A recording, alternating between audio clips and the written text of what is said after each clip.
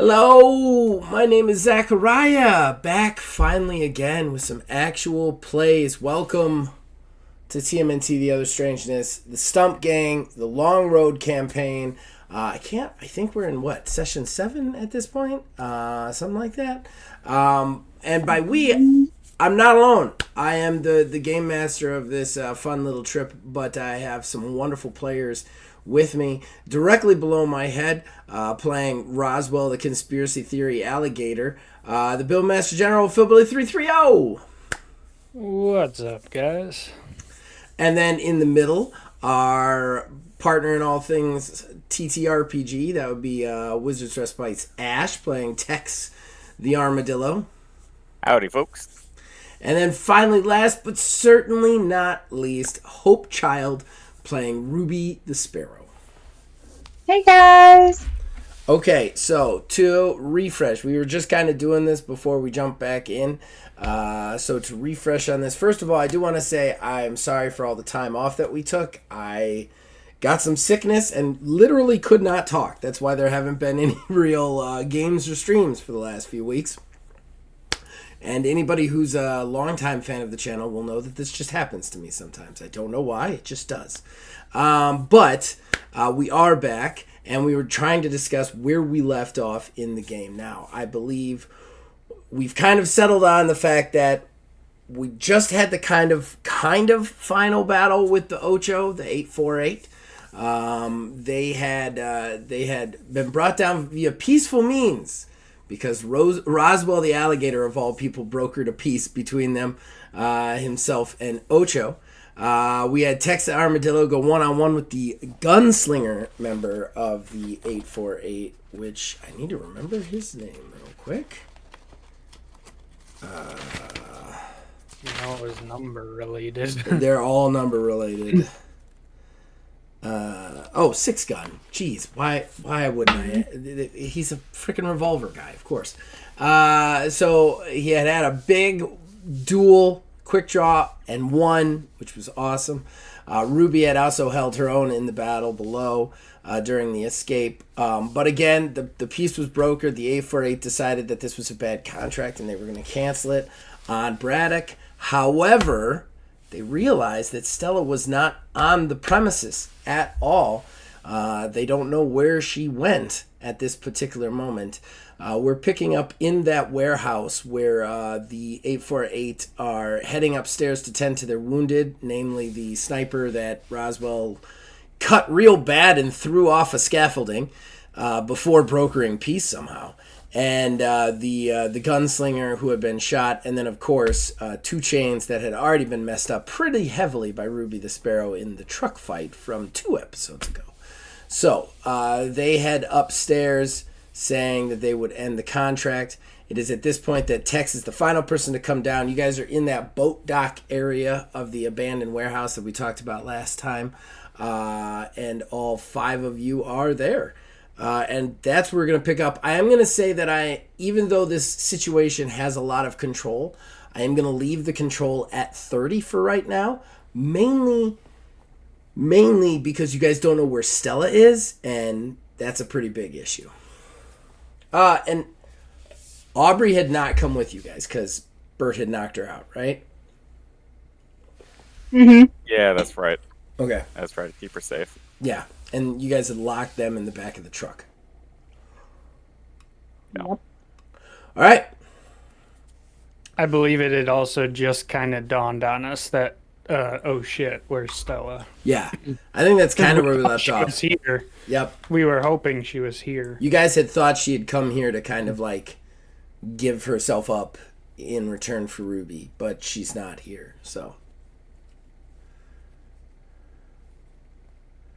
And begin. Welcome back, throwing you into the waters. Oh. Where the heck did that little tyke get off to? What do you mean? Who's missing? Stella ain't here, and we thought she was going to be captured with you. Well, where'd she scamper off to? That's the Ocho. question of the day. Bert's like, We better get a move on. Bert's like, we were damn sure that she was going to be here, probably trying to broker some sort of release for you, for herself. For me, she's barely known me. Yeah, these girls don't have much in the way of family, so if you show them anything, they're gonna attach, says Bert. Trust me. Is Ocho still standing in the room? Yeah, Ocho's still there. He's talking to the teleporters. Seven, I think was her name. 777. Yeah. He's directing her to teleport the sniper upstairs. The sniper with the Russian accent is just like, I cannot believe that we are going to have peace with them. Look at my chest. And he goes, you kind of asked for it. She's like, what? And she's like, what? You shot at them a lot. She was like, well, yeah, that's what you do in a battle. He's like, that's what they did in a battle. It's all right. You'll be fine. We'll patch you up. And then at her protest, Seven pulls her through a portal to the upstairs to make it easier for the doctor. Mr. Ocho. Yes, friend. What can I do for you? I do have a little bit going on right now. Listen, I totally understand, and I know this is an awkward request, but so your whole contract on the girls, well, that's why myself as the lead in my team decided to infiltrate your warehouse, and it turns out one of the girls is not here where we thought she would be. Do you possibly have any intel on where the little girl that goes by Stella may be located? He goes, no, we did not catch any of the girls. If we had, we may have considered cutting bait, as there's a reward on each of their heads from the same man. However, as you said, it was a bad contract. But I will give you any intel on Braddock and his minions if you follow me upstairs. He turns specifically to Ruby and goes, I promise, no shackles this time. I'll be watching.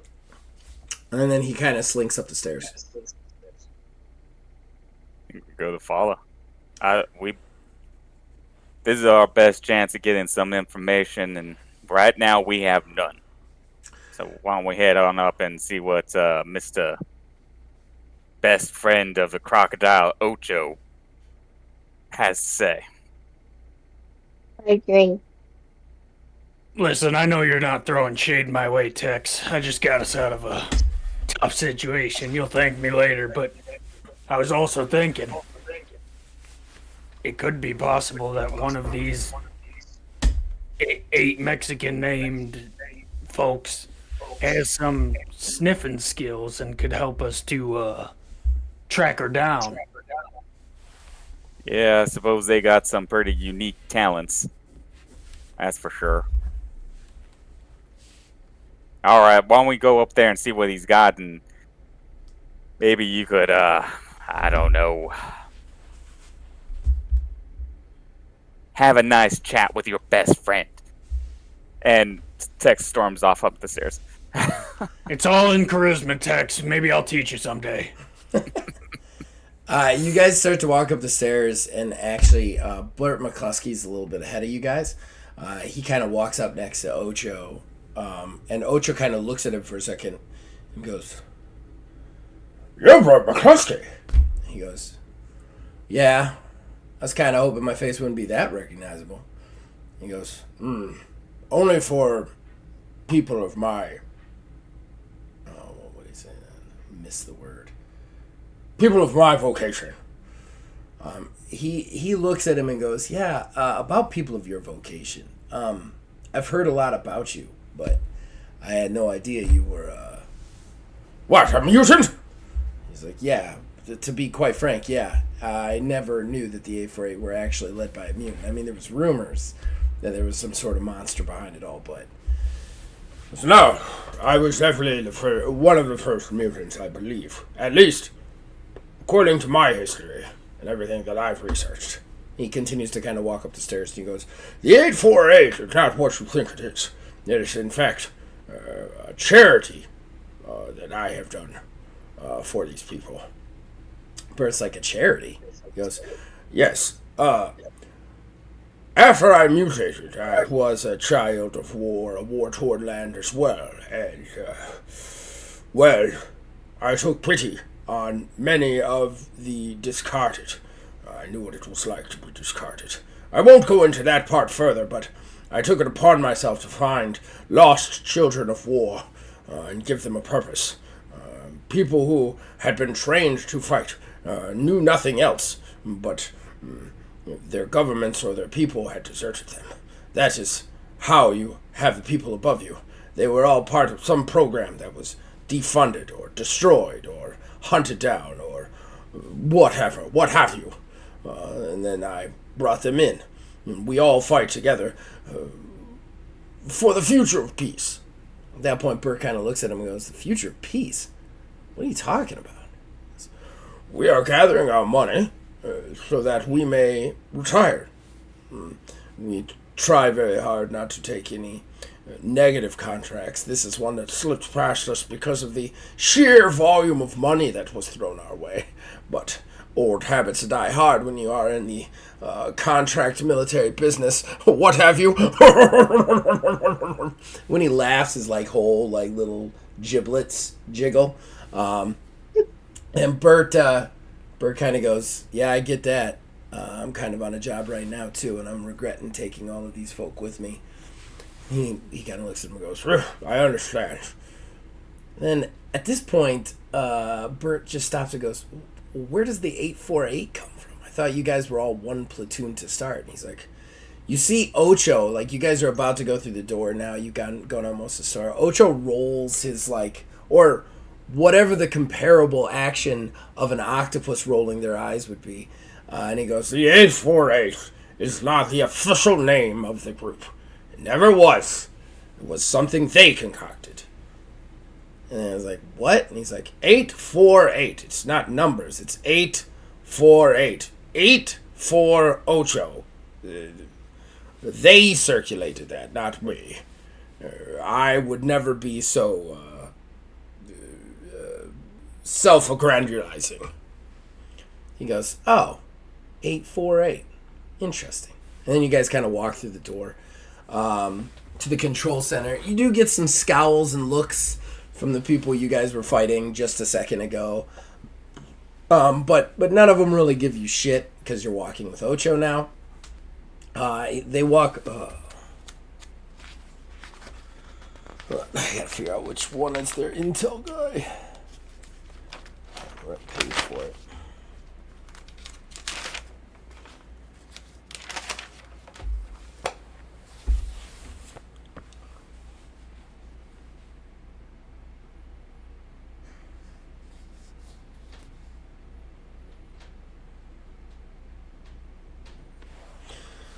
Yeah, they walk over to the old guy that you saw earlier who was working on Two Hook. Just the old guy. At that point, Ocho walks over and goes, 4. I require the information on the contract with Braddock. He goes, you know where it is. I'm working on stuff here. Working on what your friends did.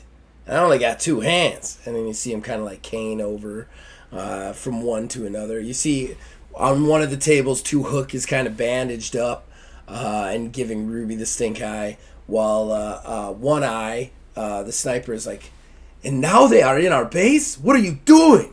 No, I cannot find my Russian accent today. And then he basically walks over to him and goes, lie down! Put this in your mouth. It's gonna hurt like hell. And then 4 kind of starts to saw open where her wounds are to start stitching. Ocho kind of walks back into another room, opens a bag, pulls out some papers, puts them on the table. What exactly do you boys want to know? I'm sorry. What exactly do you people want to know about this contract? Ask away. Well, when you were supposedly done with this year contract, where were you going to receive payments? We have many offshore accounts that we work. This is a knowledge that we have gained through our many days and many different covert intelligence-based military operations. So that there was not going to be any face-to-face or nothing of that sort. Someplace we might locate the general. He motions a tentacle to his face and goes, I try to avoid face-to-faces. Oh, I hear that. And I wiggle my aardvark or my little ears, my little armadillo ears. armadillo ears. Thank you. Too much cuteness going on screen right now. Jack, stop throwing shade at his appearance. Roswell just eats one of you. Too cute. Must eat. Yeah. He answers that question and waits for another. Where exactly is Bert at? Bert's with you guys. He's just standing there.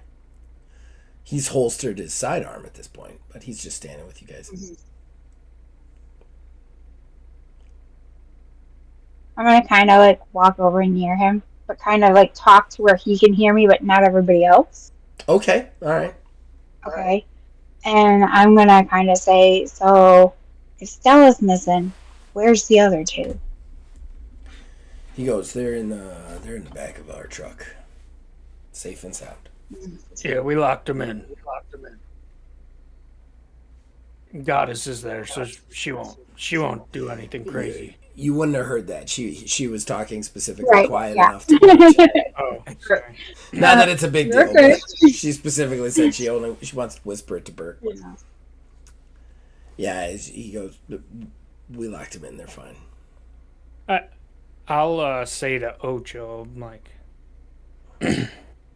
listen, Ocho, I know this is a lot to ask, but obviously you and your crew are used to filling out, orders, even though you got a bad one this time. But I gotta ask, is anyone on your crew exceptionally well at tracking people down? Because we have an imminent mission right now to find the one known as Stella. They all laugh. They all laugh quite loudly, like chuckle at you. Ocho doesn't. He just gives you this kind of solemn look. And then he looks over at the sniper that you nearly cut in half. Goes, unfortunately, that is our best tracker. And I just want to point out, she really is the best tracker. I have the stats. She's the only one with tracking. How long till she's feeling better? It's just a flesh wound, right? You hear her, when you say that, you hear her go, because she's got like a stick in her mouth because he's sewing her shut. But she's just mad at you saying that. Oh boy. Well, where were you gonna take the girls to drop them off? Was there a drop or some such? I believe Braddock is in town. He has been tracking the girls for some time. Yeah, that figures. But no ideas as to where his location might just be. I can take some stabs at it. I will say, while One Eye is our best tracker, I am not a novice at it. Hold on a second. And then he kind of like walks over to 777. And then just goes, Please, watch over them and make preparations to leave. This time is getting too hot. 777 kind of looks at you guys and looks back at him and goes, I don't know if I like this. I mean, I didn't want to fight them, but you going out in the field with them, this this could get bad, and we won't be there to help you. And you're still not fully healed from the last time you went toe to toe with the alligator." And he goes, I will be fine. You know that. I always am. She's like, "All right, I'm gonna keep my radio on though, so if you need a bailout, you let me know." He goes, of course. Thank you, Sleffy. And then he turns back to you guys. He goes, I will assist you in these matters. I greatly appreciate that. We all do.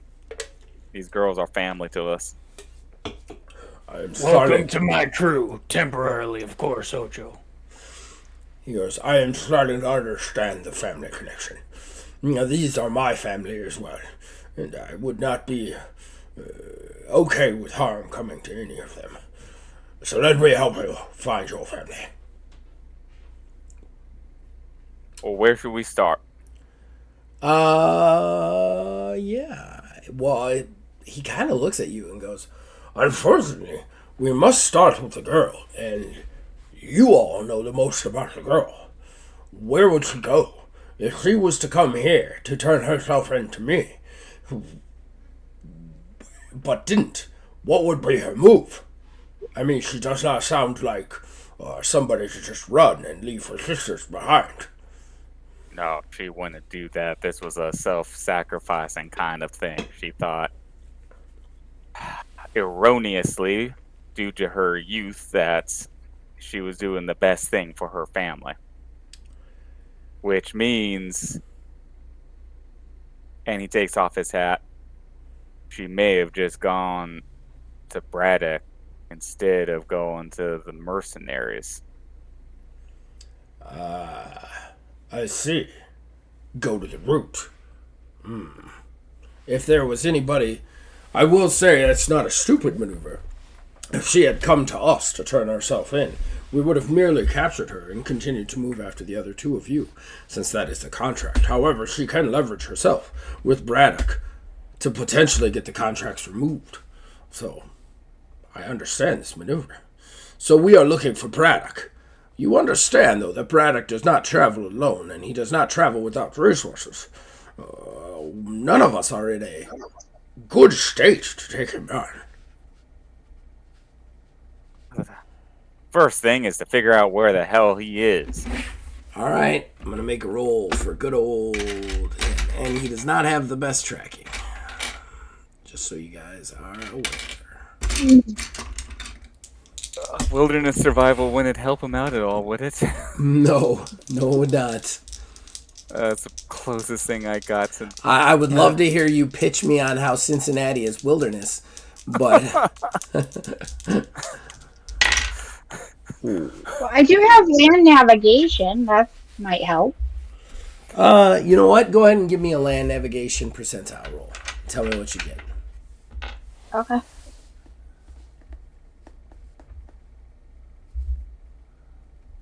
I got a 12. Wow, that's pretty good.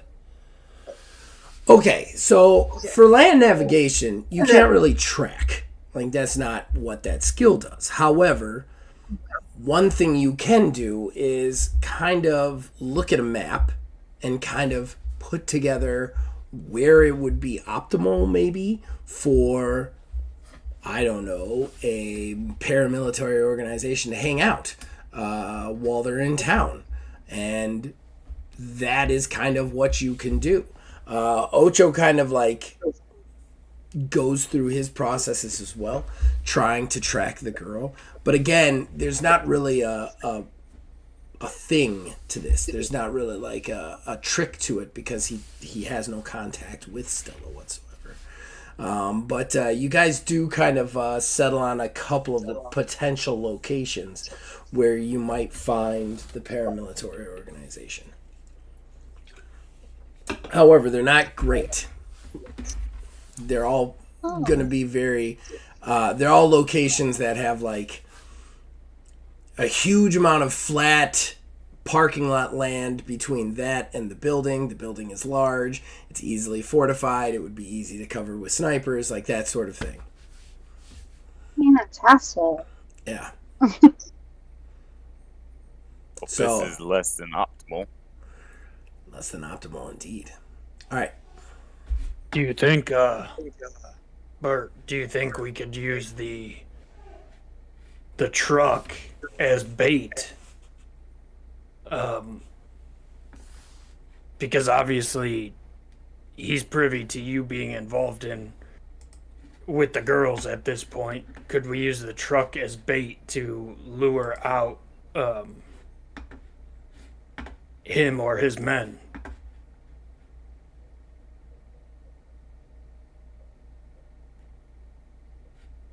I'm sorry, say that again, man. I was just saying could we use I was asking Bert, could we use the truck as bait to lure Braddock or his men out because they'd be looking for the truck? Bert shrugs and goes, yeah, I think we probably could.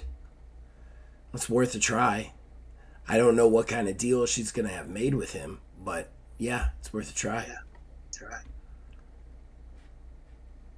So is there a real good location we can always, hunker down with the little ones and have them stay there for a while so we can go get the other one?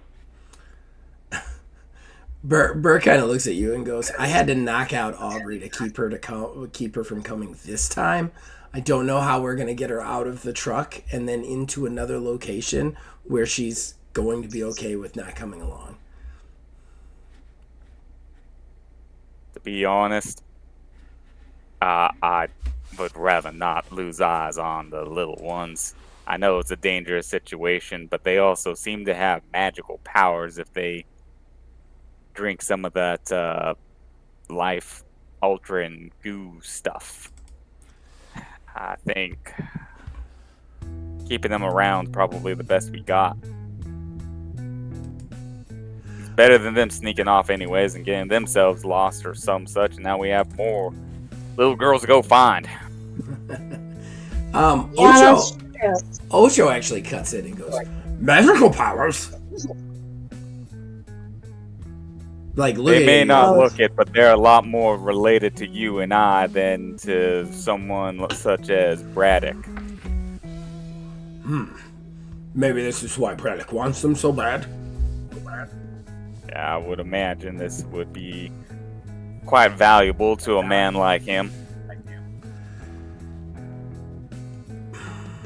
He shakes his head. He goes, 777 was right. They are lost. They are children of war. And you can see he honestly feels bad a little bit. He's like, I should have been protecting them. Live and learn, I suppose. Well, when you get those crazy contracts, you just never know what you're going to run into, do you? No, we don't always know what we could run into. However, I had heard of Braddock before, and I was only willing to consider this because it would get my family out of the business faster. A mistake I am not willing to make a second time. And a mistake I am looking forward to rectifying with all of you. Let's go find this place. Sounds good. All right. Giddy up. I just want to tell everybody, I absolutely love doing the Ocho voice. Like, it makes my day to do him. I'm going to be so sad when he has to leave the campaign because I just love doing his voice. Okay, so you guys head out to this. Basically what it is, it's another warehouse. Well, it's actually more of a factory. And it's about 3-story factory, and it's it's probably like half a mile wide, long. It's a pretty big factory, and again, just a lot of parking lots, whether it be shipping parking lots or normal parking lots around the factory. So it could very easily have sniper cover and whatnot. You guys kind of get up to. You don't. Basically, this is in the industrial zone of Cincinnati, so there's a lot of factories around, but you guys don't go like into the danger zone, let's put it that way. You're outside the perimeter of where people would see you coming in, at least to the best of your knowledge. But yeah. Now the shipping trucks that are there any at the actual location itself, like in the shipping area? No. Seems to be a completely deserted factory and completely empty. There are some trucks very suspiciously hanging out on one side of the factory. Probably how they brought their stuff in. Is it solid asphalt and concrete all the way up to the factory? Yeah. Or is there any... It's probably about 100 yards of solid asphalt and concrete in the smallest run up. It's probably at least 100 yards up to that thing.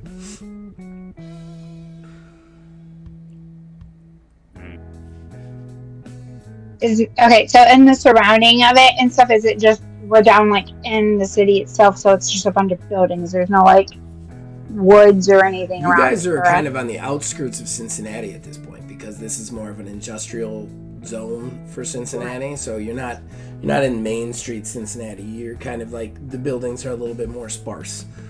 These are where like factories hang out. So is there a factory building near that you can maybe go and like I could climb up to this like the roof to kind of see what's on the other side of the roof of that factory? So like kind of surveillance what's going on. You know what? Call high or low for me. I don't hate that idea. All right, we're gonna go high. Yeah, one of the factories on probably the shortest side, the shortest gap side, is 4 or 5 stories tall, and actually looks more like a warehouse than a factory. Getting on top of the rooftop of that would give you probably a clean line of sight to the factory. Now, if I recall correctly, the time of day, because you guys were fighting Ocho in the morning, if I recall correctly, so the time of day, 4 a.m. think so. Yeah. So we've got the sun coming up at this point. Okay. So it's early morning right now. By the time you guys get back to the truck and head over here, it's like, I want to say like 8 a.m. or so. So top of that warehouse, you could probably look in and see. However, the warehouse is used. It is a fully functional warehouse. So people are working there now. It's 8 a.m. So if you're going to get to that rooftop, you're going to have to tell me how. Okay, so I'm gonna surveillance the outside of it to see if there's any like stairways or anything like that normally the repair people might like scale up because sometimes they have that cylinder stairs that they can climb maybe on the side to get to the top. There's definitely like a fire escapey type situation on one side. However, the entire warehouse is enclosed by a fence. So you're going to have to get over that fence to get to that in the first place. And again, this warehouse is just starting its workday at 8 a.m. So there are plenty of people coming in. There's plenty of trucks coming in. There's a lot, and we're in broad daylight right now.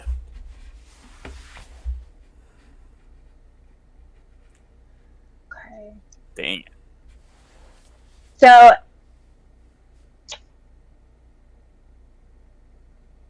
is it a chain link fence? Standard chain link fence, some barbed wire at the top. Like in I'm gonna- the industrial. I'm gonna Yeah. pull out. I'm gonna pull out Standard my warehouse knife. affair. Okay, so I'm gonna pull out my knife and use it almost like a shovel and start like digging to get underneath the fence. Okay, you're going to have to give me a prowl because you're going to have to find a section of fence that people aren't walking around to not see the 5-foot bird digging a hole under their fence. So you're going to have to give me a prowl to do that. I got only a 17 and I have a 59, so. Fucking ninja bird in the daylight. All right, so you walk over, you take the dagger, you start digging under the fence. It's going to take you a little while, but you start digging. You're able to do it in a way that, like, kind of on a corner where nobody's really looking. But it's going to take you a little while. Does anybody want to do anything else while she is tunneling under a fence? I want to look for sewer service to the building, like a clean out or something. Nice. Okay. Call me high or low. Hi. Yeah, you find a big old clean out from that factory. A nice big sewer that goes right to the, because this is it's nearish the river, as most things are in Cincinnati. So there's actually, like, you kind of trail off while Ruby's digging a hole and kind of head off towards the river, and you find that there is an like a big outlet where the water comes out that would probably lead you to the factory with a little navigation. Okay. All right, hold on. I want to give Tex a chance. What do you want to do while this is going on? Everybody's finding ways in. I'm going to ask Bert if he's got some binoculars. Bert hands you a pair of binoculars. And he does. Dude, that's the man who has binoculars. I'm going to try and stake out. I like how you ask for binoculars. Phil's ninjaing in through the sewers. Hope Child's like, I'm going to dig a hole under a fence and get on a roof. You're like, can I just look at the building for a little bit? I'm just going to see if I can't find a good place to get close and stake out the actual, like, base and see if I can't get, like, a pattern or anything, any actionable, Look at you being smart and shit. Well, you're looking at binoculars. We're gonna get an aerial view of exactly what's going on. Do you have the detect ambush skill by chance? Me? Yeah, Tex only. I don't. Do you have detect concealment out of curiosity? No. Okay. All right. Give me an intelligence with control. Control is at 30 right now. Okay.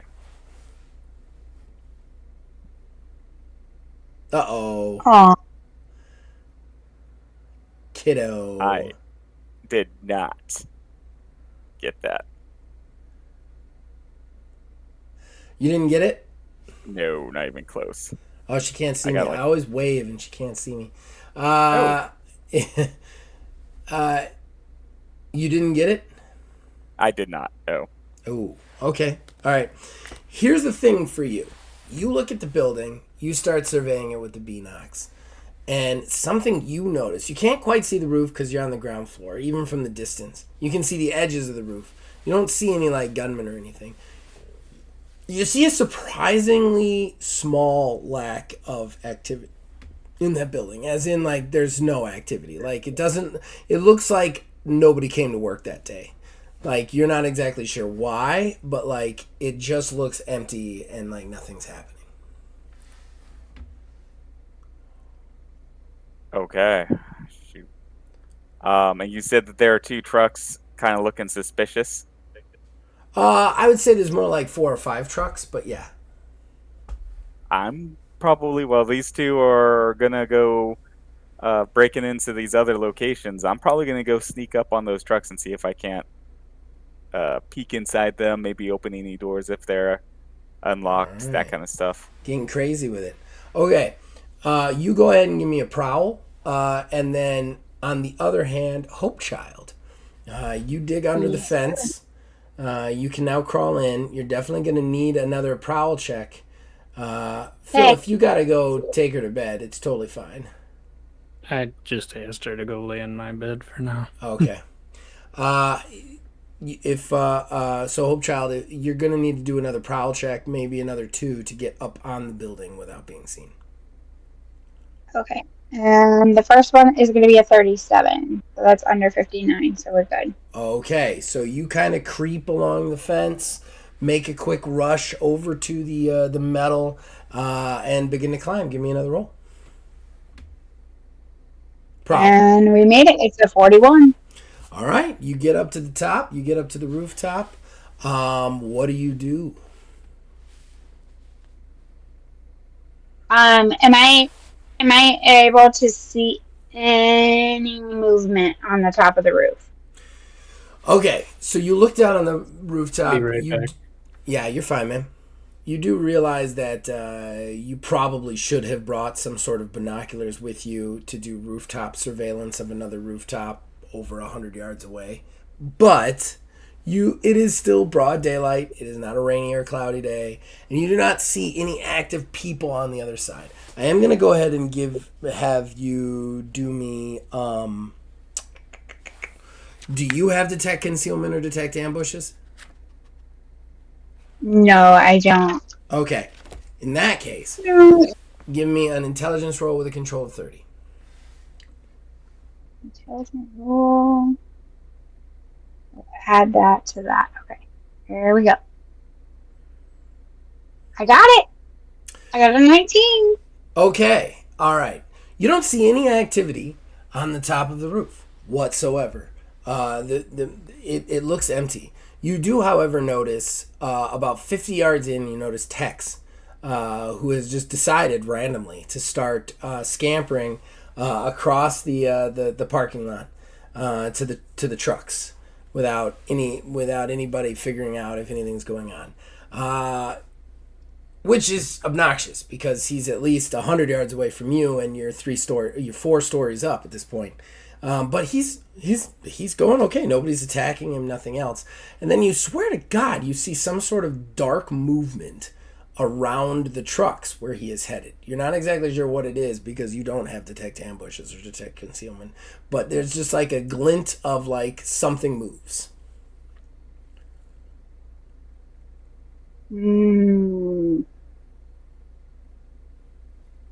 So I'm going to take my, I'm thinking I still have my knife with me, so I'm going to kind of like use the sunlight with my knife and use it to like almost do like a mirror effect. Okay. To kind of get this, to get to That is a long shot. You're pushing it, Jackie. You're pushing it. Pushing it. He's 100 yards away, and you're going to hit him with a teeny little beam of light off your knife. I'm impressed with the creativity. I'm going to say that right now. Very impressed with the creativity. I don't necessarily think it's possible. Armadillos have great eyesight, I mean. Oh, stop it. Right. Right now, come on now. You know, through the mirror, you know, it's not like you're really trying to hit him. You're just like kind of movement to where he, of course, can see it, and he'll be like, well, what is that? Like, catch his attention. I'm going to give you PP. Your control is going to drop to 10, though, because that's an insane thing. So it's your PP plus 10. Roll percentile to get under it to try and hit him with the light. And then we're going to have wizard roll to see if he even notices the light being shined at him, the very small light from 100 yards away being shined at him. Yeah, that's not going to happen. I'm not getting under it. You pull out this knife. You work real hard to like hit him with this like sniper light effect, the glint, and you're just like, this is not working for me. Back with Wiz. Wiz, you move across, you move unimpeded, unbeknownst to the light being tried to be shined on you, across this parking lot to these trucks. There's 5 of them. They're large, kind of military style moving trucks. None of them seem to have anything in them whatsoever. Want to pause there since Phil's back. I want to give him an opportunity. Phil. Yeah. You missed some great creative role playing. What are you doing now that you find that outlet? I guess Roswell would probably he'd probably pull the grate off and try to head in to see if he could hear anything when he got to the other end. All right, give me a swimming check. Shouldn't be a problem for you. No, not at all. Shouldn't be. Because would you say we're at 30? Is that what the control Well, is? no. Control only applies to stat checks. You're doing a skill check, so you're just doing your swimming skill and rolling under. Okay. But I think your swimming skill is something like 80 or 90, I think. 90, yeah. Wow. Yeah, if you fail that, God bless you. I just failed that. I rolled a 93. What? Oh, dude. Holy shit. Brutal. Stuff is gonna get real crazy. We need to have a talk with those dice, sir. We need to have a talk with those dice. Okay. Yep. All right. All right, Phil. You jump into this outlet. You pull the grate off. You jump into this outlet. You start to swim upstream, kind of like a salmon, kind of moving as fast as you can. But I'm gonna say that you actually like hit a fork and go the wrong way. Like you don't realize you go the long way, and then all of a sudden you're just like, wait. Where did I come from? How did I get here? Lost. Cotton Eye Joe? I don't know, man. Where am I going? Yeah, you get a little bit lost in the sewers.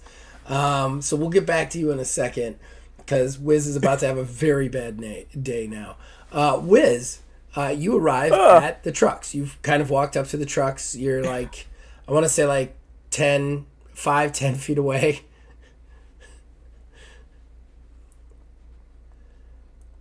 And Ruby's desperate attempts to get your attention did not work.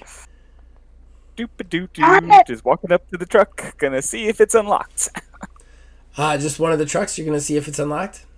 I wasn't gonna put my hands on it. I was gonna kind of like scope it out, take a look inside, and if it looks safe, then maybe lift a handle. All right. I just want you guys to know. Certain rolls were made at the beginning of this. You guys are not in any way, shape, or form in any of the places that I expected you to be right now, or the place where you need to be. But what's really fun is there's one thing in this place, and it's really exciting for me. So, got to make a quick roll. I'm guessing that's the place Tex is in. Ooh. How does stealth attacks work? I need really quickly refresher on stealth attacks. Thing is, just all like We didn't expect us all just to, separate and go different directions. This is like an auto hit, right? For this game, I don't know. For this game. For this fucking game. Sneak attack. The attacker may lie in wait, ambush, attack from behind, prowl. Opponent, if the foe does not discover the attacker, then the sneak attack is successful. The sneak attacker always has initiative, and the defender is not able to parry or dodge the sneak attack. Okay. So you basically you get it as long as it's hit. Definitely going to go with that die.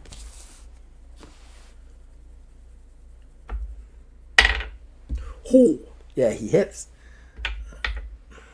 Dodge! No, I'm kidding. Up to 3. Oh, no, wait. No, but it's a bleed effect. How do your bleed effects work, Roswell? They so they don't do damage the round you administer them, but the next round they take that damage. Does it wear off, or do you have to get bandaged? You have to get bandaged. Okay, cool. Thank you.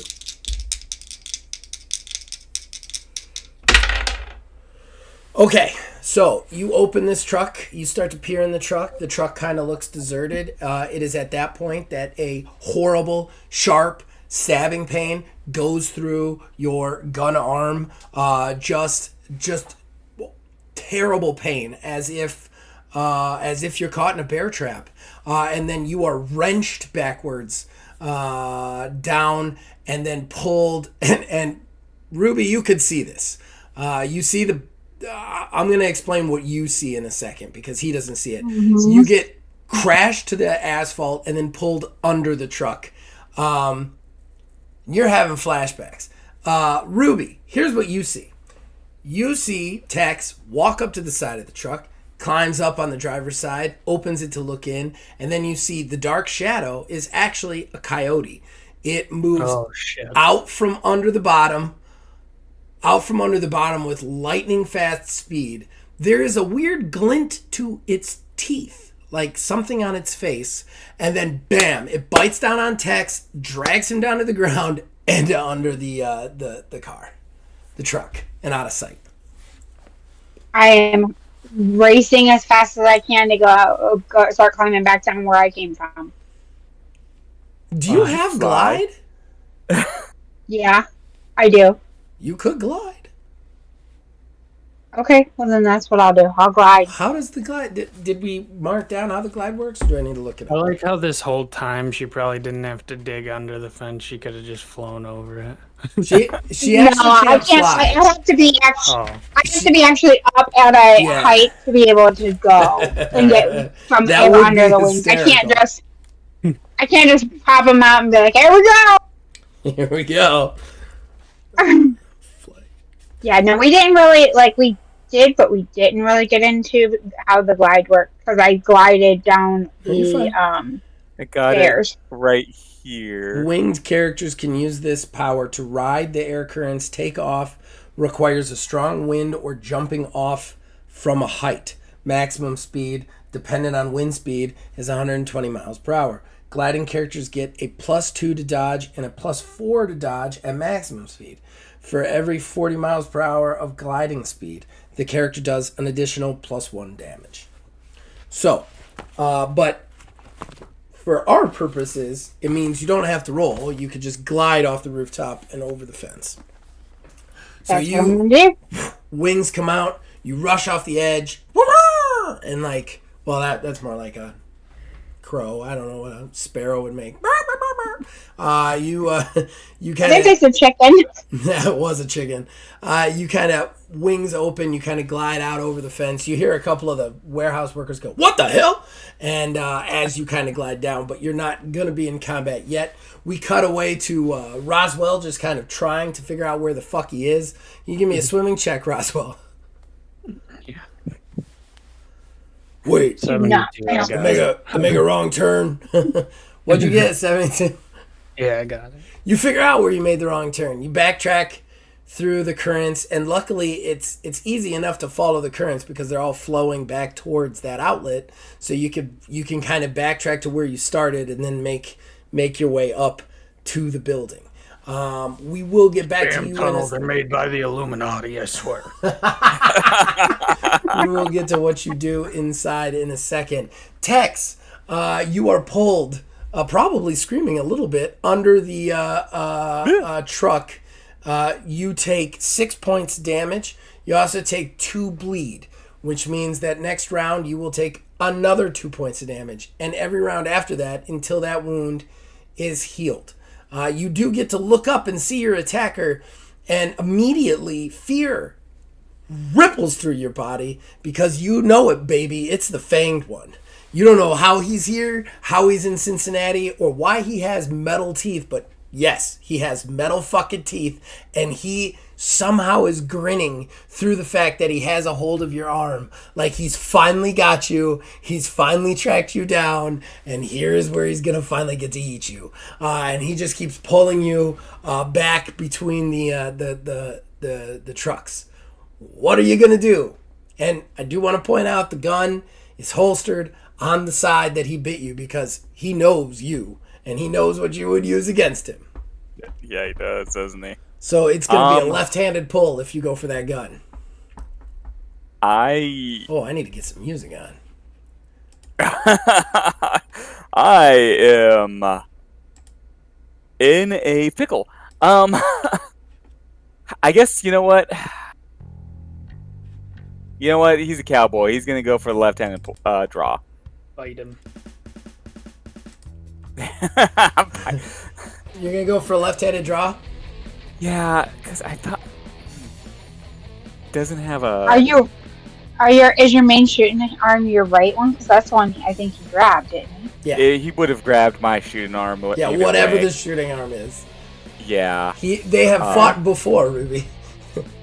Yeah. This is his first enemy from the games Your before nemesis. Phil was even there. He really is.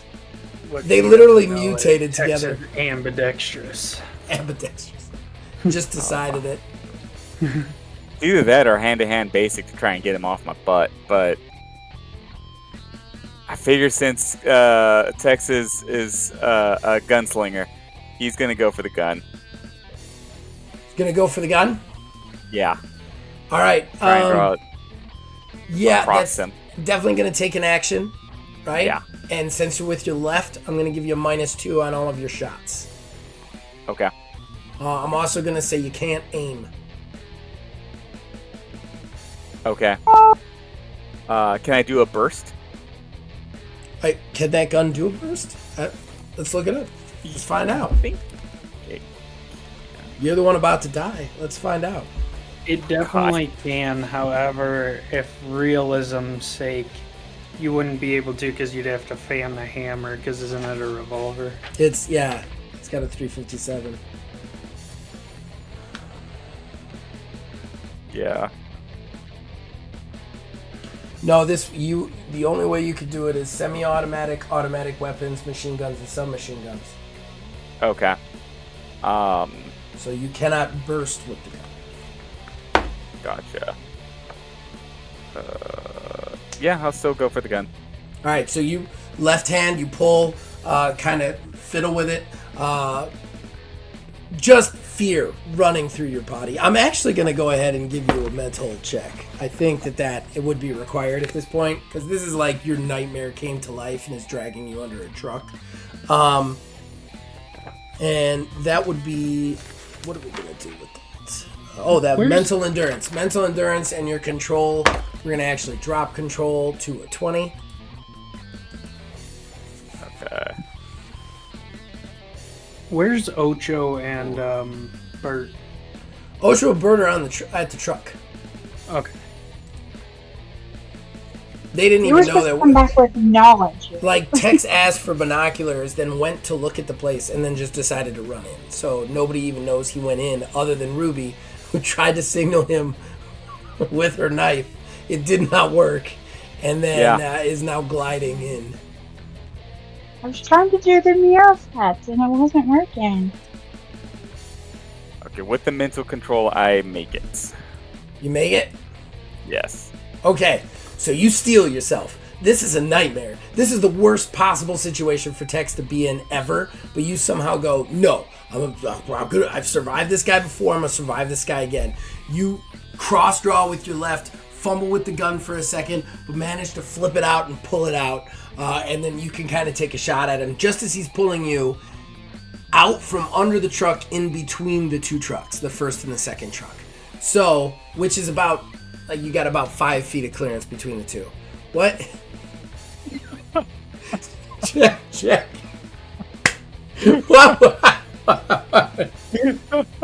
She's having a real life fight at the moment. Just goes nuts. All right. It's a flying elves again. There's a stupid stink bug flying around the light and it's driving me nuts. Oh, man. That's good stuff. Oh boy. Good stuff. I couldn't deal with it anymore because it's just buzzing and I'm just like, oh my god, it's driving me crazy. It's gotta stop. I'm like, what is she doing? Oh, she's fighting a bug. All right. I'm doing real reacting here. Yeah, right. All right. So, what's your shot? Remember, you got a -2. You said -2? -2. Then that is an 11. He rolls a 20 on the dice to dodge. So, that's not happening. He does let go. Like, you pull the gun up, he lets go, kind of rolls to the side. You fire. It ends up clipping the truck. And then you kind of roll away, blood kind of coming down your arm. And you see him come up just right in front of you. You see the metal teeth. His teeth have been pulled out and replaced with metal teeth, which is just the worst kind of horrifying to you. Yeah, that's horrifying to Ash. Okay, that's horrifying enough for poor Tex. Oh, jeez. You gotta remember how Or armadillo. He looks at you and he goes, he's taught me nobody gives me the power. But Eyes knows the truth. Eyes waits for you. Now I has you. And I got shiny new teeth. And I'm sorry, Eyes got shiny new teeth to take you apart with. And he just starts to kind of like stalk towards you. Well, it's gonna be one of us, one way or the other. I knew it was gonna come down to it one day. This is that day that I'm taking you with me. He leaps. Teeth open. Oh my god. Okay. So he got a 24 to hit you. You can parry him. I can't parry? You can. He's not stealth attacking you. Okay. Remember how to parry. You just roll a d20. You add any parry bonuses you would have, and you try to get above a 24. It does not take an action like not dodge get dice. above a 24. I was afraid of that.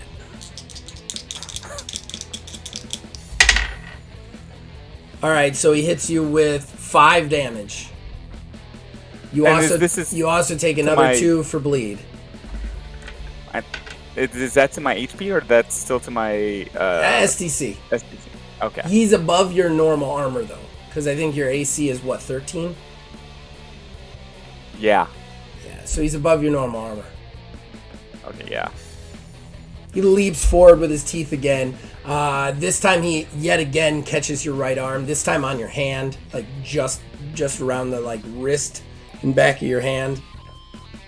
Digs in and hurts. It's like a chainsaw came to life and is trying to eat you. Like that's how much it hurts. He bites you with that. Then with his second attack, he steps in and just tries to claw you across the chest. Oh, Jesus. 22 to hit you. I can parry as well, right? I can still parry? Yes, yeah. Parry doesn't use an action.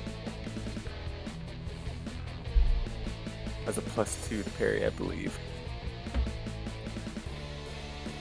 It's been a minute. I have to figure out where I put all my stats. It's only a +1 to parry. That does not make it. You're not a melee combat character, so I get Nope. that. Alright, so he hits you again. This time he only did 1 point of damage with the claws, so just a scrape on that one. Oh, thank goodness. So he bites you on the thing, you pull away, blood kind of pouring down your right arm. You step back and he steps in with the claws, catches you right across kind of like the chest, just kind of leaves some gash marks. You end up staggering and kind of falling backwards to your hands and knees, and he looks over and he goes, "What's wrong with yous? Yous were so much tougher before." And then he just steps forward, just his mouth is dripping with your blood. Your turn. It's been a long night. That's all. And, can I switch my gun hand now? Your right is pretty freaking mutilated right now, and while I know there's no real rules for that, it's hard for me to be like, he just bit the shit out of your arm and hand and not give you some sort of minus. I will say if you switch back, you only have a -1. I think that's fair. Oh, okay. I'll switch back then, because that -2 kind of killed me. Okay. And can I take an aim? You can take an aim now. Okay. He's no longer dragging you around on the ground. Okay. Finally. So that's just gonna be a +5.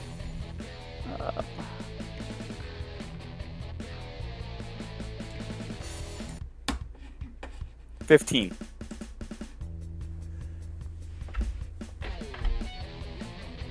To hit.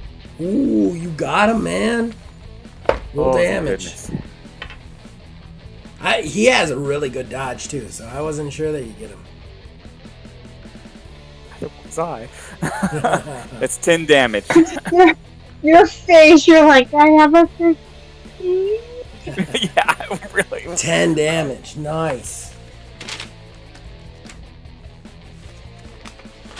All right, you You kind of flip the gun from one hand to the other, to the bloody hand. Like some of your blood like splashes up when you do. You catch it, you point it, you stare down the barrel, and you just take aim. He tries to sidestep. He's not fast enough with your right though, and you clip him in the right arm. He just and like does that noise and kind of like rolls backwards into the truck trailer. Phil. Aside from the desperate struggle going on outside that you have no idea about, you managed to get under the factory. Okay, as I ascend to the clean out, I'm guessing inside, do I hear anything? No, you don't hear anything inside the factory. Then I shall emerge. Okay. You emerge. You know what? Call high or low for me. We'll go high again. Okay. All right. You do think you heard gunshots while you were swimming around in the sewer. Okay, like that muffled noise. Yeah. It could have been a firecracker, whatever, because you were in water in the sewer when they were going off. So you're not 100% positive that it's something that even matters, but yeah, you think you heard gunshots. But as you come up into the factory, you definitely see that it was being used as a base of operations for Braddock. However, it's deserted. Like they picked up and moved out of here, sort of thing. Like whatever they were here for, they got and they left. Go ahead and let me see. Do you have any sort of like? I don't know if I'm pretty sure there is an investigation skill. Do you have an investigation skill of any sort? Other than wilderness and survival, no. Okay. So yeah, just give me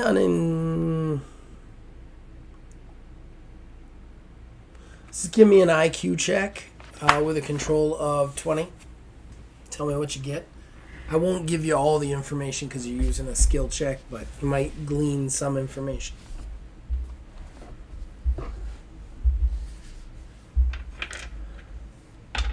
Double 0 and 0, isn't that 0? No, that's 100. Oh, then There is no 0 on a percentile dice.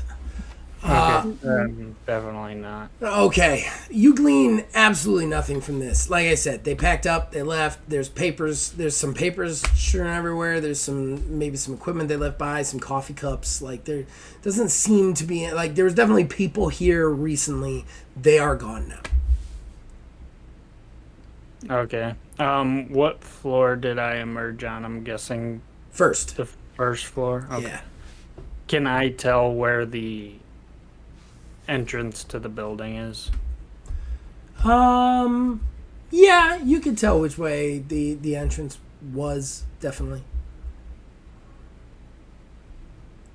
Is it far from me? You're almost dead center in the middle of the building. You would have been where the factory's like main working area was, like the big open area where all the machines would have been, which aren't anymore, obviously, and were replaced with impromptu desks and stuff. But you're basically kind of in the middle of the building, so yeah. Then at this point, I would if I feel it's quicker, I'm faster at swimming, I'd probably just head back into the grate to go relay the information that the place is empty. Okay. Give me 1 second on that, because you might hear another gunshot. But first, we got to get to Ruby. Ruby, you glide over it. You see him get dragged. You hear another 2 gunshots. Boom! Boom! And then you kind of like end up kind of landing on the ground. Like your glide kind of comes to an end. I'd say like 10 yards from the truck. That he got dragged under. I'm going to the direction that he went. Okay. All right. We're going to go back and do one more round with Tex and the Fanged one, and then you'll enter the combat. Okay? Are you going to the back end of the truck or the front end of the truck? We're going to the back end because Okay. that would be the direction I saw him kind of go. Okay. Tex. Oh no, it's his turn. Is it his turn? Yeah, because Yeah. you just Yeah. fired, right? But remember, he did try to dodge, so he'll have at least one less action. This is true. He takes the bullet and he's like, "Argh.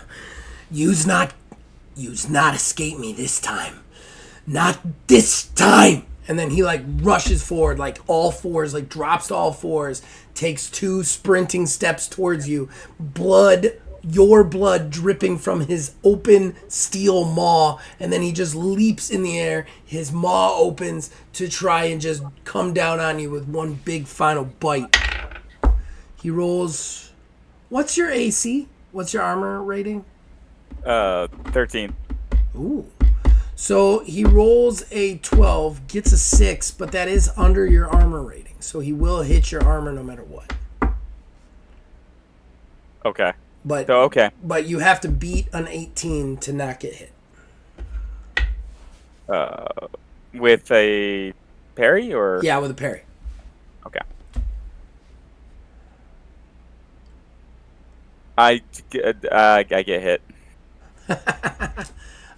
So you're, I'm gonna guess, kind of turn, give him your armor, and his steel jaws just come down on your armor for 7 points of damage, but you do take another 2 points for bleed. And the 2 points for bleed go right to your normal SDC, whereas the 7 points go to your armor SDC, which I think is like 100 or something, right? It's like 72 for my armored STC. Yeah, so that's not gonna really hurt you at all. I prefer taking it in the armor. Yeah. So you manage to catch it on a metal plate. So you just take the damage there. You take the bleed damage to your normal because your arm is still just spurting blood. And at this point, what do you do? It's your turn. I say to him, I'm not escaping. I ain't going nowhere. It's you and me, ugly. And I take an aim shot. All right, roll. That's 15 again. This one will not get him. He gets a 16. You pull up the gun to fire. You kind of roll back over to take a shot. He actually moves his head to the side. The gun goes whizzing past. At this point, Hope Child, I'm going to need you to give me a dodge. Okay. You need to beat a 15. Remind me, I'm rolling a d20. Yes. Dodge. Yes. Ah, shit. Thank you. I was like, what am I rolling again? Dodge. 21. Okay. Oh, thank goodness. You kind of come around the corner just as you see Tex fire at this coyote. The coyote dodges. You realize the gun is pointed at you, and you kind of like leap past, kind of diving out of the way as the shot misses both of you. Roswell, you do hear this right before you sink back into the grate. It is a gunshot. It is from the parking lot. Would it be fair to say that he knows that that's my gunshot? He's been around the 357 a few times. It is a loud gunshot that reminds you of Tex. I'd be booking it as fast as I can back to the other end then, because I would know something's going down. All right. So at this point, Hope Child, give me an initiative roll. It's a D20. 19. 19. All right. You have initiative. What do you do? You do have -1 attack because you had to dodge Tex's gunshot. Right. Okay, so how far away am I from the wolf? The coyote, you're within striking range. You can get to him without necessarily using another action. I would say you're 10 feet away. Okay, and how is he? Is he on all fours? Now he's standing upright because he had to dodge the gunshot. So I'm going to kind of do a ninja, like jump with my knife in both hands to scrape it down his back. Okay. All right. Give me an attack roll. 17. 17 with your bonus.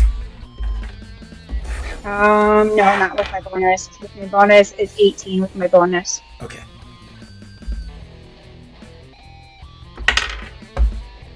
Cool. He actually dodges that. So you rush forward, go to leap at him. With the knife. He actually turns around looking at you, and not gonna lie, it's a little bit scary. He's just a straight, big, giant coyote face with steel teeth, dripping blood from Tex's arm. He sees you coming and actually drops and rolls under the truck.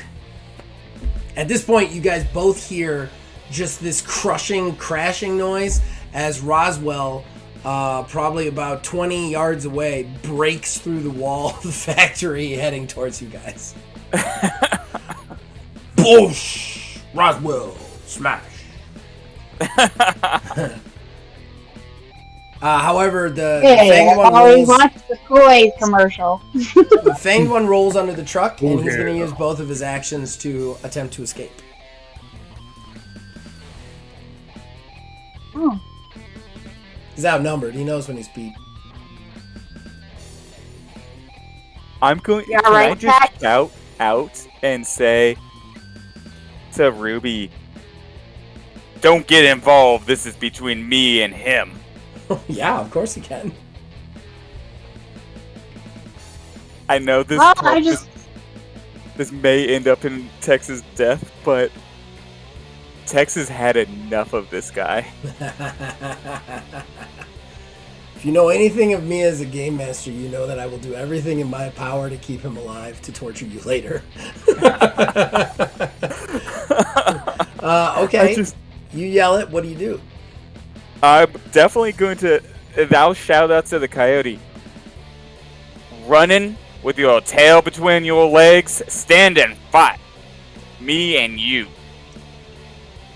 He's gonna keep running. He knows that even if he kills you, the two other people will kill him immediately. They're not gonna listen to you once you're dead.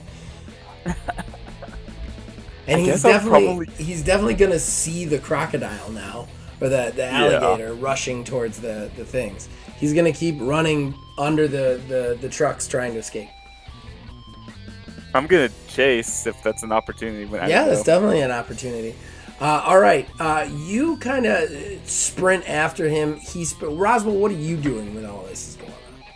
Just out of curiosity. I have met him, right? Yeah. The fanged one? No, you never met the fanged one. No, okay. You're probably aware of him, but you've never met him. Because he would was in the same park. I would just be trying to intercept. All I know is that they're fighting somebody, so. Okay. All right. I'm gonna continue to go back to Bert at the truck to let him know what's going on.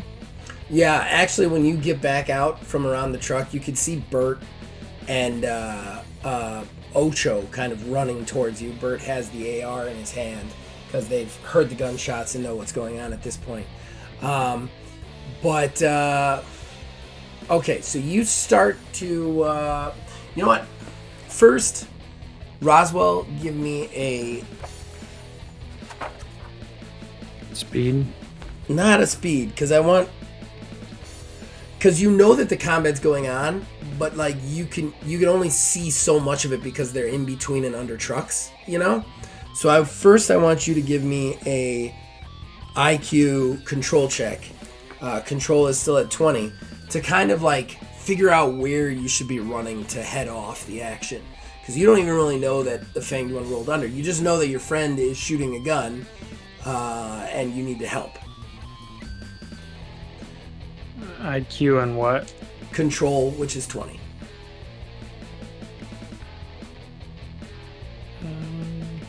I rolled a 10, but I'm under. Okay, alright. So you realize that given the area, the coyote's using the trucks to get out from under, so he's So you like, oh, if I run to the other side of the trucks, I can try and to get out. So now give me a speed with control of 20. Tex, you do the same. I'm not real fast on land.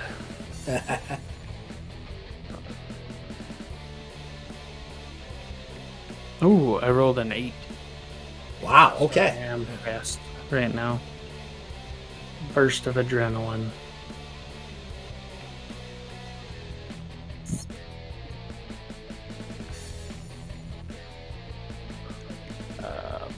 So I'm rolling a speed? Yeah, speed with your control of 20. With the control of 20. Oh, that's right. That's how we're doing this. I don't make it. I rolled a 56. With the 20, I'm at like 40, All right. 39. You're pretty banged up, man. Your arm is just dripping blood. So like, and while you're still holding the gun in it, which the blood is dripping down around the gun now, it is hard to keep holding the gun in your hand. You do, however, know which way he's going, so you kind of like limp in that same direction, hoping that you're going to be able to get a shot. Now, you do come out around the trucks. Here's the scenario. Fanged One is going to be the first to get out from under the trucks and just start sprinting on all fours away from you guys, and his speed is fucking amazing.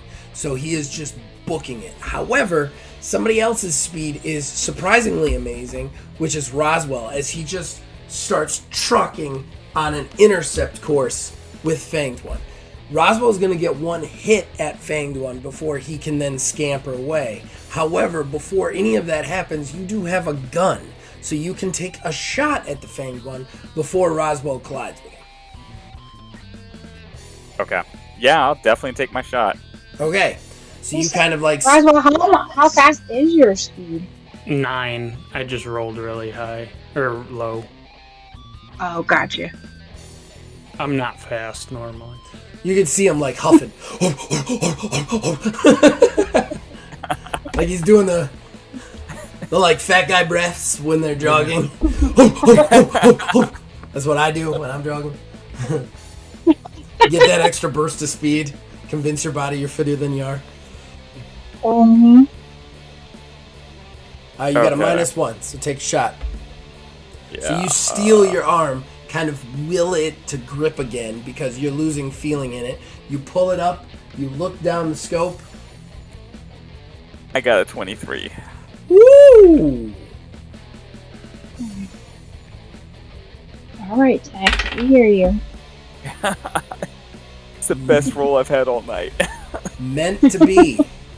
Meant to be. You hit him. Roll damage. He only rolled 13 a 9. damage. 13. That's a good amount of damage for him, who is not a very health-savvy person.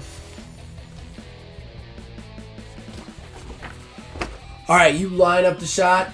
Boom! The gun goes off one final time. The bullet soars through the air. Roswell, right before you're about to hit the Fanged One, you just see, poof, like something hit him in the back. He kind of rears up for a second.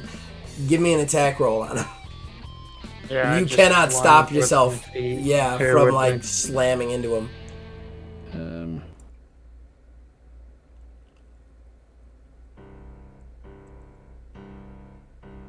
Roll 17. So a total 18. 18. Oh. Okay, he manages to dodge you. So you kind of swing into him, like as he gets shot, he kind of sees you coming. You can see his eyes are now like wounded and weak. He actually ducks, managing to duck and roll just as your big like machetes just come right over his head. He hits the ground and rolls, kind of coming back up to his feet, and you just see him like he tries to continue to run away from you, but he's now like limping and wheezing and having a much harder time getting that sprint on Tex, because you nailed him like right in the back. He is not good, like real not good right now. But he just he keeps trying to get away. It is Tex's turn though. are you I'm doing? gonna take another shot. Oh shit! Okay.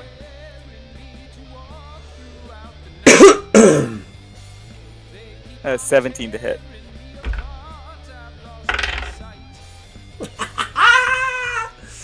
Yes, 22 to dodge.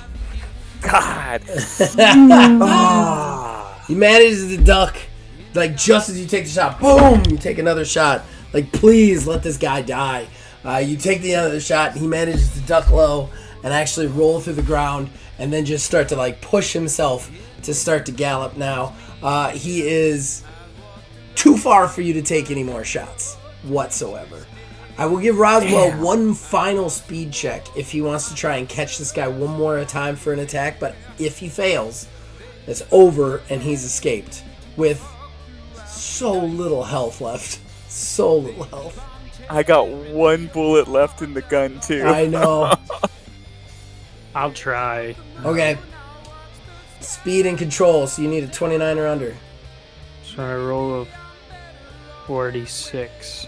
Yeah, no. He manages to just, like, turn a corner, and he's gone. And Tex, you actually try to force yourself to go after him, like, no, I can't. He's still going to be out there. And you actually, like, stumble and fall to one knee as the blood just kind of, like, pours down your arm. God. Oh, no. You alright, freak? He got away. God damn it. Goddamn walking nightmare got away. I'd start heading towards Tex since I lost him. Okay, you head over towards Hex. So does Ruby. At this point, Bert, Ocho get there. Ocho actually calls back to have 4 maybe get beamed in to help you. We actually cut away. We see a completely different building, an abandoned building inside of Cincinnati. We see the rooftop of that building. We see Stella waiting there. We see Braddock kind of open a fence, walk through. It's huge, muscly, old man form. Looks at her and goes, "No freaks here this time, I see." She goes, "No, I promise, just me. I meant it." He goes, "No, you didn't." And he kind of takes a couple more steps and he's like, "You're not stupid, girly. And I know that you took that ooze. You got a lay of the land. So if you're not going to use your mutants against me, what's the plan?" And then you see Stella kind of step forward. And then she just brings up like a crude detonator type device. And then he goes, "Oh, I see. The suicide play. Interesting." See Sally kind of like handshaking, and she goes, "This is the only way. You're never going to let my sisters go. You're never going to let my friends go. You're just going to keep hunting them. It doesn't matter. This is the only way." And then he just shakes his head and he goes, "Oh, I gotta say, you always had the smarts. And this is a smart move. Something I would have come up with." And he just keeps taking steps forward. Stella's like backs up a little bit and goes, Stop. He goes, "But let's face it, if you were going to press that button, you would have." She's like, "You think I won't do it?" And he goes, "I know you won't do it. Because no matter how smart that juice makes you, at the end of the day, you're still a scared 13-year-old who just doesn't want to die." She kind of like looks at him because he's right in her face now. And he goes, "So here's what's going to happen. Original deal stands. You come with me. I'll stop hunting your sisters. Deal?" And she just, you could see like tears rolling down her face. She came here to do the self-sacrifice thing and she just doesn't have it. She can't do it. She can't pull the trigger. "Deal. Now hand me the detonator." She hands him the detonator. And that's where we're going to end off for the night. We went to the wrong building. Yeah, if you guys had gotten the right tracking rolls, you would have tracked her to there.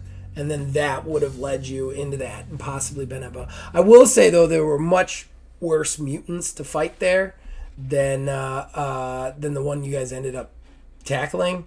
I mean, not for horror reasons, but for other reasons. I like my personal arc with Tex is going in an interesting direction. Yeah, it is. I think that we will. What's interesting here is Stella is like in the wind now. You guys are going to have to continue your journey without her until you can pick up information on how to find her, which is going to make things really interesting with the sisters. So there's going to be a lot of role playing next session, I think. I will say this is the resolution of the Ocho Cincinnati storyline. We're moving on to the next storyline. So go ahead and everybody take another advancement token, which you can spend. And then I do want somebody, I don't know who made it last time. I think it was Phil, actually. But I need somebody to roll me a random encounter check for the in-between of the next storyline. Yeah, I think Phil was the last one. I think it was, because it was the truckers came after him. And then he talked them out of fighting him, basically. So let's do Ruby. Ruby, why don't you give me a random encounter of a hostile nature roll, so I know what we're going to start with next time. It's a percentile. What am I using? Just percentile. Percentile. Okay. Yeah. Don't roll coyotes. We are at a 31. Pack of coyotes attack. All right.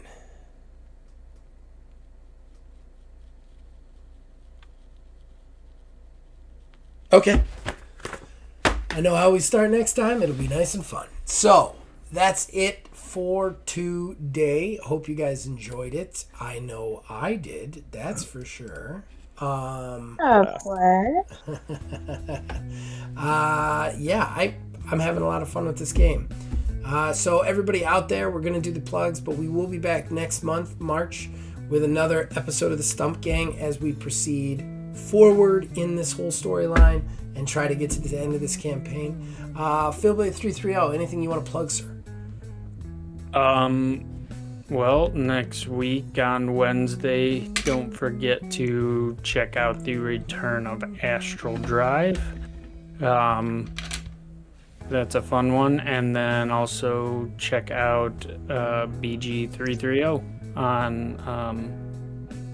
on the gaming side, the video game side of things. Indeed. Very excited for more Astral Drive. We get to find out where you guys are going next. Wiz, what do you want to plug there, sir? As always, Wizard's Respite, the website where I do talk about all things TTRPG. I have my blog there. All of these videos are going to be there. I'm also selling shirts, and very soon, these dice boxes. We're just getting the last bit of production going. Fun little guys that open up and you can roll your dice in and have a good time with it. It's self-assembly. It's a lot of fun. Those look cool. Those look really cool. Hope Child, what do you want to plug? To definitely come on over to Facebook if you're on Facebook. Check out Creative with Love by Jackie Rakes. I make some amazing tumblers. I've got some 40 ounces. I can do 20 ounces. Coffee mugs. Yay, somebody. So yeah, definitely, and I can do custom orders. So if you're looking to do some great gifts for anniversary, birthday presents, Valentine's Day is coming up very soon. We got Easter, things like that. I can make some really great gifts. She's the official licensed Tumblr product of Old Man Gaming. So just if you guys want an Old Man Gaming logo, she already put one on mine, and I give her full licensing to do that here on the internet. Yeah. She can make any Tumblr she wants from Old Man Gaming. So there you guys go. There's the first merchandise, like I promised. I can do it, and of course they're really reasonable. A 20-ounce tumbler is $20. 30-ounce tumblers are 30. 40-ounce tumblers are 35. So they're not too expensive, and you can have a really nice, tumbler to drink your stuff out of. As far as me, $6 on itch.io. That is all it costs to get my game, Single Mod. We have a lot of stuff going on for Single Mod. Phil Billy did the cover art for the game, which is really awesome. And Wiz is actually helping me do our first setting, which will be out relatively soon. And yes, that's right. We're definitely doing content because we don't have enough shit to try and do on the website. We're doing more games. We also have some other stuff coming, which I can't quite announce yet, but we got a lot of, if you're a TTRPG fan, we got a lot of stuff here. I'd also love to plug the Wizard's Respite Sanctorum that goes up here every other Friday. We have another episode coming this Friday. Next Friday, where we're doing World of Darkness, which I'm very excited to do. Other than that, you guys can contact us on Facebook at OldManGamingDH, on Twitter at OldManGaming9. You can join our Discord, because in the description below, you can info us in all of our shows from there. One last shout out to my brother Nick Van Sliders, who makes the music. All the music you heard in this episode that I used, I'm still getting better at that, so please forgive me. Sometimes it changed to a song that wasn't supposed to be going, or I didn't hit repeat in time. But any of that music was provided by Nick for the purposes of this show, so really nice. And then thanks for Aubrey for bringing the cuteness to the stream today. And other than that, everybody, we'll see you guys later. Bye, guys. Bye.